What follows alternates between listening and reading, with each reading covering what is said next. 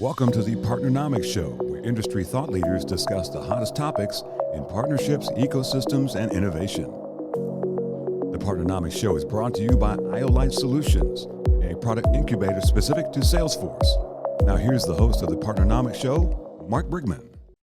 Welcome back to another episode of the Partnernomics Show. I have another exciting episode set up for you today, and I'm joined by Mr. Michael Gamböck from Adobe. Michael, how are you doing, sir? You're joining us from the other side of the world. I appreciate your time. Thank Mark for having me. Yeah, I'm from Munich, north of Munich, very close to a lovely river, which I run every second morning. It's a very nice environment, and yeah, great to be here. So, Michael, we finally get a chance to meet. You've been a learner on our platform for a number of months, and we appreciate that. But Michael is the principal partner manager at Adobe Video. I was just explaining to Michael, we are huge fans and customers of Adobe and all the great tools that they have, and it certainly makes our life more enjoyable. So it's a real pleasure, real treat to get an opportunity to speak with you in this episode. Yeah, thanks for using our product. Your videos are great. Using I Need to Drop It, Correct Animator, one of our super amazing fun tools. So everyone who has access to Creative Cloud has also access to Correct Animator, and you should give it a try at a birthday party or a kid's birthday or whatever. It's so much fun. It's really lovely. It is such a fun tool. Michael, yeah. I'd love to just kind of kick this off with having you describe a little bit of your background and your career, and just tell us a little bit about yourself. I'm way too long working in broadcasting video. I started, I think, 94, so almost 30 years now. Mostly in my starting career was sales, technical sales driven. Then I moved over a little bit into management. So I was actually a production manager. I planned big broadcast stations. I worked with big TV shows that they get published and produced. I was running one of the biggest post-production facility in Germany for a year, which helps me to realize I don't want to be a people manager. I want to work with people, but don't manage them too. It was just not me, to be honest. Maybe I'm getting older, maybe it's not different, but I really didn't enjoy it. I worked for software companies and enterprises, but almost everything I did was around video and broadcast. I worked for several companies with Oscars winning. Adobe now has 3 technical Oscars, Photoshop, After Effects, and our 3D folks. And in the industry, I would call myself, I know a little bit about it. Yeah. Absolutely. All right, Michael, so I'm going to go ahead and fire up the stopwatch here and launch away at the first question. That is, how does product development and partnerships intersect? So I know that you do a lot, in the big grand scheme of partnerships, a lot of them are, channel or transactional focused, all centered around how can we sell more? How can we, kind of take care of clients and remove friction from the purchasing process? But then there's another subset of partnerships, which is centered around solutions and product building and developing those relationships. And in most of those cases, those partnering professionals work with a product organization. Explain to us kind of like, what does that look like in your career? What does it look like at Adobe, and kind of a day in the life of Michael? Yeah, so thanks for the question. Our partner work that I'm part of is actually reporting into product management. So we are not part of the go-to-market or the sales organization, but there are other partner programs within Adobe that are part of the channel sales and the sales motion or marketing or whatever. But our org is mostly focusing around the product org. And that means that we got measured by the same drivers, the same KPIs, the same goals than the product org. And they are very naturally stuff like make sure the product is stable, which is a partner play, because you work with partners to make the product more reliable, hardware partners, NVIDIA, GPU partners, et cetera, et cetera. On the other side, you're also looking into what are the product gaps we have, or maybe Adobe is is a standard software used by millions of users, but of course there are use cases that we can't fulfill. And as a product organization, you need to make cuts about different use cases for the better of the bigger part of the user. Because of course you can add thousands of different buttons into a single app, maybe get a little bit overwhelmed for the end user if there are too many things they could choose or doing. And that's why partnership is important for extending the use cases. And that is a typical, I would say, product management play. So you need to plan from the start how you can work with partners, how you can extend your own product into new use cases, and what kind of user could this other users actually reach. There could be a new type of user, which could be growth, which then extend the reach on the sales side. It could be maybe just product gaps protecting us from competitors, because maybe a partner allows us to have a certain workflow that helps the customer in a way that they don't want to move away from a platform. Also important when you partner with someone, and I love this sentence, a healthy ecosystem is protecting us against competitive disruptors. And because an ecosystem is not easy to exchange. An ecosystem is a complex solution that fits the customer needs. And so at least in my career, I also worked supporting product. And really in those cases, obviously we were working closely with partners. In a lot of ways, I would see our partners as our customer. But then also I would imagine even inside of your organization, you probably view your product development team as your customer. And you guys work closely together. And as you look at the landscape and are working with partners to try to help the product team build as strong of a product as possible, is that kind of the way that you view your role as a partnering professional inside of Adobe? Yes. So we are influencer for the product team.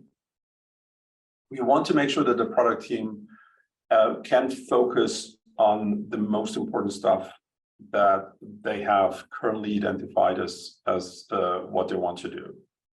And everything else is an opportunity to include partners, to building up a complementary solution or filling in product gaps. So in my role, I need to have a very deep understanding what are the users and customer needs are, as also what our product team's plans or where we see product gaps. And then we try to fill the gaps. So this is one part. Another part is you need to also understand what your competitors are offering. And normally there's never a one-to-one comparison. There is some overlap. And then you need to understand what makes them a complete solution versus your own solution. And then you need to fill these gaps in the workflow. So more likely a workflow completion or a solution completion that you need to find partners to partner, and then also to build a holistic, seamless, feel like it's one solution for the customer, because the customer hates finger pointing. They hate when someone is saying, this is the other one's problem, not ours. They want to have a solution. Yeah, just that relationship that you have with the product management team and playing offense and defense kind of at the same time to build the best solution for the customer. Being customer centric is a word that you used before we flip the cameras on, but so important, so critical. Let's go ahead and flip over to question number 2, and that is, describe the solutions partnership programs that you help lead. What do some of those partners look like? And then what do some of your engagements look like? Yeah. So when it come from a point where customer asking for more services, they ask for, we need someone who's coming in and helping us doing decision. We need someone who's helping us moving into the cloud, maybe AWS or Azure. We need someone who's helping and making a decision about a very essential part of broadcast, our media asset management system. very big ERP type style management system of the whole media workflow they have. And they need help in this area. Adobe has a very open platform, so we fit in all of this with our partners, but each single technology partner is normally going in and of course try to build their own solution. And we discovered it's maybe good that we have someone in between, and these are the solution partners. And the program that I built is built on the idea, what are the values for the customer? A system integrator, actually the solution partner program is a system integrator program, can add as a value to the customer when we join forces. And that is really that the motion that we have is they are delivering value add services. So they delivering on top support for the whole solution. So not only for Adobe Premiere Pro or only HP computer or only this, so they deliver support for the whole solution. They do consulting, which means they're going deeply in, they help with change management, they help with implementation of complex system.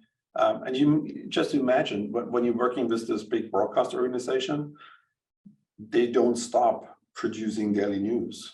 So it's always like a heart surgery. The patient needs to live and you are doing stuff around it. So that's why it's important to understand the complexity, and they need to be native in the terms and the customer needs, which is actually a very special breed of system integrator. It's not the classic software system integrators that the industry knows. It's really video broadcast system integrators.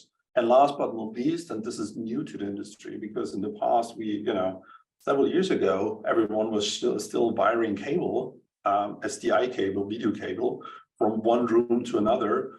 And then there was maybe a switcher in between. Now everything is IP, everything is cloud, and everything is more software. So instead of connecting wires, they need to build software integration. So I looked very clear on partners that can deliver these values to the customer. Support, consulting, I think this is a fast-growing area in these days, and also software integration. So they need to have the ability to write connectors, agents, orchestration platforms, etc. So Michael, whenever you have a client that comes to you, they have a use case, a challenge that they're trying to solve for, and then you have to think of partners that could potentially solve that. Is it one of those cases where you have to go out and research and hunt, or are the potential partners typically laid out for you just because you know of them in the industry, or maybe your partner network or your customers know what the solution may be, and then you engage those companies to bring them in? It's both. Yeah. So a very short answer is both. I think if you focus only on one, you're actually losing the whole picture, because innovation is driven by need and also delivery. A good example is I contacted the company that built an AI who was discovering gender in a video. So they can give you back how many male, how many female are there, based on language, on face, on, and a lot of different parameters. And that was something that I never thought about.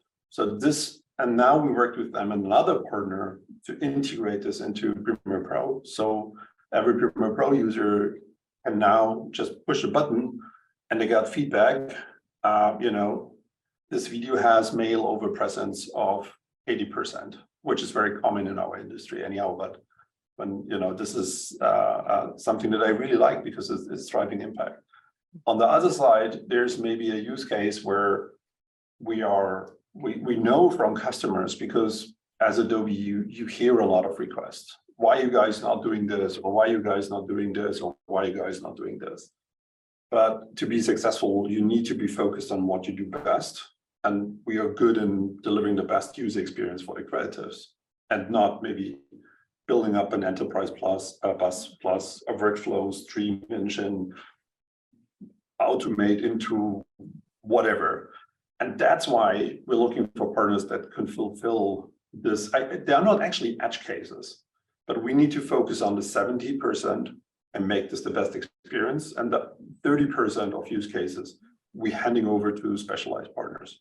I love that. We have a saying at Partnernomics, if partnering is a core competency, then anything can be a core competency, because you can go find those experts that can service that additional 30% that you want to put into your solution set and be able to provide world-class solutions to your partners. Yeah, I was just coming off a show and I have goosebumps still thinking about this. I love the industry. I love the people there. And it was so amazing I had 2 or 3 ideas that I wanted actually me as Adobe pitching to partners for disruptive workflows, where I think the market could be ready to doing this, but I can't deliver this. So I had this kind of vision and user story, and I pitched it to several partners, and hooray, everyone is just saying, oh my God, this is a changer. This is a game changer. This really opened up this new opportunity. This is helping our customer in a way that we never thought about, because by the end of the day, everyone is in his own silo, you know. And I think this is important for partners or partner managers. Try to break down these silos, and there's some very nice candy on the other side of the silo that can help drive your business if you find it.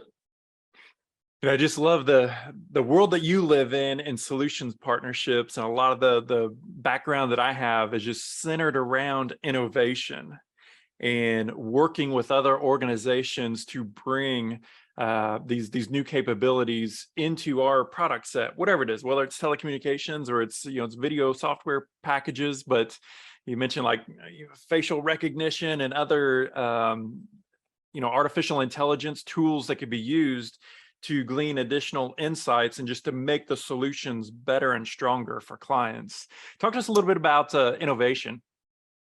Oh my God. The one reason why I work for Adobe is actually innovation. I have the honor to work with some of the most clever persons that I ever met. They are not from this planet. There are think tank aliens, whatever, they are amazing. And working with them is first of all, so much fun, and it's always learning. So you will never stop learning. And that's something I really appreciate. I'm the honor to supporting them, which means I'm allowed to giving them the business perspective, the market perspective, helping them with the customer perspective, or how the ecosystem actually is working, who is doing what in the industry. These are these guys, and they're mostly doing this, and that's their business. And if we want to help them building a better solution, we need to understand how they make money and why they make money, and how we can supporting this kind of thing that I'm doing all the time.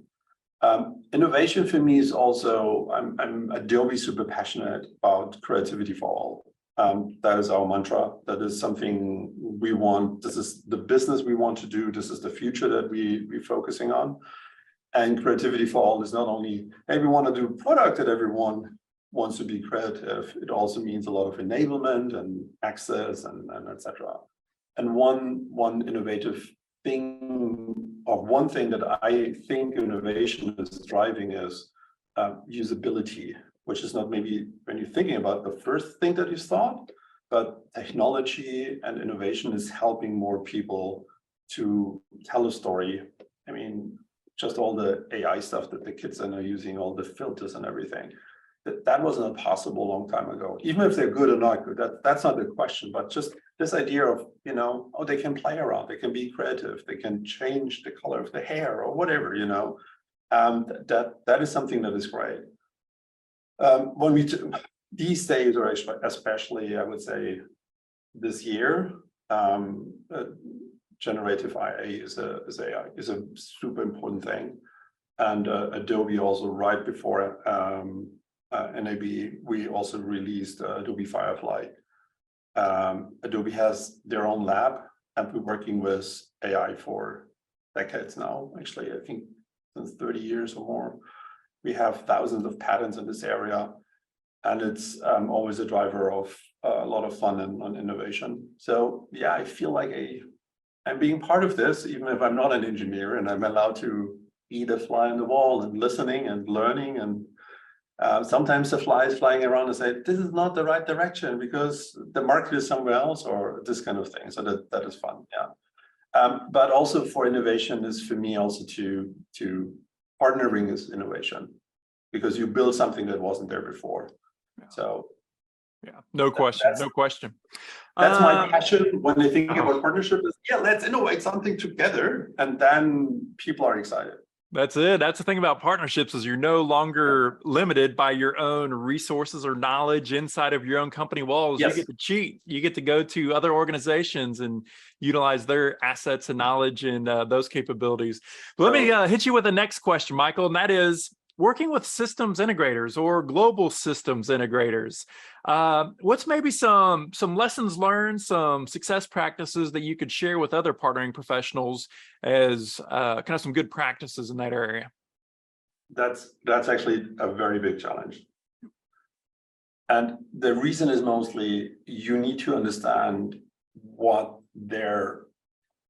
in their mind and how they earn money. So you really need to understand the business and their strategy. And when you understand this, it's also important to understand how they want to execute on the strategy. And when you're not fit in, even if on the highest management, everyone is saying, yes, let's do this, and we are big partners, and we develop a solution, et cetera, as long as you're not going in a way that you execute with the field teams against this, then it's a tough play, to be honest. And the reason is not because they don't like, because system integrators are driven by tenders, by customer projects, and they need to deliver against this. And then you need to have a solution which is for them easy and known, so they can apply it.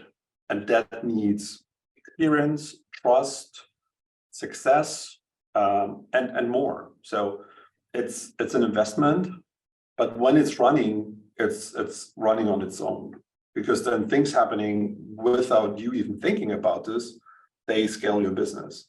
And I think this is very important to understand. So system integrator is a different play than technology partners, because you need to follow their motion and you need to understand their goals and direction and strategies. So within our area, within broadcast, the typical box selling system integrator in the past is disappearing more and more. And now everyone is doing something with cloud, and they're looking to the hyperscaler, the AWS or the Azure or whatever. But you still need to have the creative solution and the understanding of the creative solution. And so they try to working in this area, and it's new for everyone. We all know it's a big opportunity, and there's a lot of gaps. How you deploy, and can you auto deploy, and how you log in or not. There's a lot of technology that needs to be mastered. And if you follow their own motion, then you will be successful. But you need to understand the motion. You really need to what they are hunting for. Are they hunting to increase their service earnings? Then you need to address it with their earnings. They want to increase margin. How are you addressing margin if they try only do margin? Or they only want to do consulting, or you need to understand where they want to go. It's really understanding their strategy, their direction, their goals, where they're at. And it could probably even shift, over time, over years of what their focus is. Yeah. But instead of expecting them to understand and adopt to whatever you have, what I hear you saying is it's actually the opposite of that. Understand their motion, what they're trying to do, what their goals are, and position yourself to go onto their lanes. And you need to have a clear understanding of your own value for them. So, and if you not deliver enough value for them, you need to increase the value through technology partners. So you build in a solution they like or the customer like. So you package stuff together to drive more value. So there's different strategies, and to be honest, I'm still find out. It's partly working extremely successful and partly working not at all. But that's good. It's learning, and then you adapt. Well, it seems like the target is always moving because technology is always moving, business is always moving, the world's always moving, right? We always talk about making the easy button bigger. You might even have an easy button, but that easy button needs to continue to expand because customers are going to demand more and more and more. Yeah. I mean, interesting in these days is really, which is an opportunity. Everyone needs to focus on what they do best. So customer now, especially in our era, in the past, they all had their own engineering departments. Why I need a system integrator if I have my own engineering departments? I want them to be busy. But nowadays, it's really about, let's make sure we do what we do the best and have the best customer connection, which is then, having, a content platform or the right marketing, et cetera, et cetera. So then they're investing in this. Everything else is a little bit outsourcing. So what I see in a moment is kind of our industry is going through what is called the post-ERP decade. So you have this big monolithic SAP, whatever system.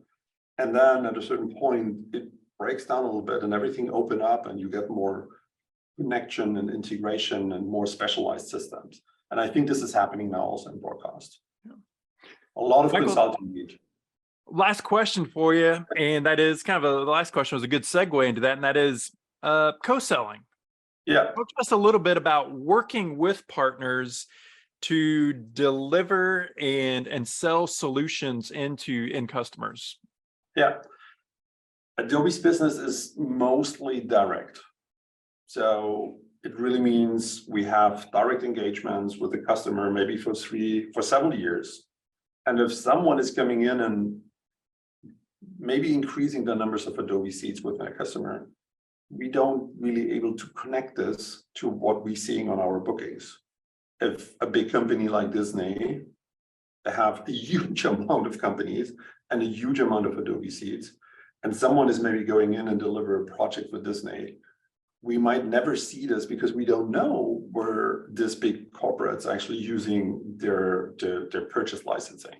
So my challenge is always how I'm able to measure the impact to my management that partner can drive. Why is this important for co-selling? If I want to have a co-selling program where we are able to say they're doing a deal registration and then they get some payout or whatever, the question is always, what's the impact? And so that's something that I'm working on. But meanwhile, I try to find a motivation for the partner why it's so good to working with Adobe. And that's coming from the other, what I call the life cycle of partnership. So if I can help them to innovate something, because we're delivering together a very innovative solution, or I help them to build a better solution for the customer, it's already adding value to them. Or I help them with co-marketing, which is easy because we are doing customer interviews, or Adobe is a very big, strong brand. So that's something I can bring to the table. But when they're asking, can I get another 2% of discount? It's tough because the customer has a contract with us already, which most customers have somehow Creative Cloud or Adobe contracts already. So yeah, this is my challenging part, but also I think it's exciting because you're looking into new, different solutions. And again, if you're able to drive value for the partner, there's not a single partner that don't want to work with you. And just an example, we have over 400 technology partners, and we have a very big impact on their business because thanks to the Adobe integration, they reach market potential they didn't have before. And in some cases, an integration into Adobe is, like a must-have to participate in certain tenders or certain projects. Just reflecting back on this conversation with you and how many times we've used the word value, and value comes through so much, right? End users want value, partners want value. Obviously, we want values in this, but it's discounting is one way, kind of the obvious way for value, but I always like going the other direction. What could we do to provide more features, more functionality, better co-marketing, a better together, a roadmap of new functionality that comes in? let value come from growth, not from, discounting and kind of cutting back. But I love that approach. Yeah. And it's, again, there's a big part which I love, which is innovating. So that is important. Yeah. And I think as a partner manager, it's not easy to learn, because you need to have a lot of things before you're actually starting. You need to understand the user, you need to understand the partners, and you need to understand what's important for your own company. The values, again, for customer, partner, and your own company. Yeah. So you need to have some market expertise somehow, or making sure you understand how to make money and why. Michael, thank you so much for your time. It's been great to chat with you. Thanks for sharing your insights. And man, keep up the good work there at Adobe Video. Man, you guys are doing some awesome stuff. So we love your tools, like I said. So keep up the good work. We're depending on you. Yeah. And last word, if you didn't try it, try to get access to Adobe Firefly. Okay. The new generative AI. There's a lot of fun. Yeah, we definitely will. Awesome. Yeah. Thank you so much. Thank you. Thanks for joining us for this week's episode of the Partnernomics Show. Don't forget to subscribe to get the newest episodes at thepartnernomicsshow.com. Special thanks to our sponsors, Iolite. To learn more about Iolite, visit iolitepro.com. And Partnernomics, the science of partnering. To learn more about the suite of Partnernomics courses, coaching programs, and consulting services, visit partnernomics.com. See you on the next episode.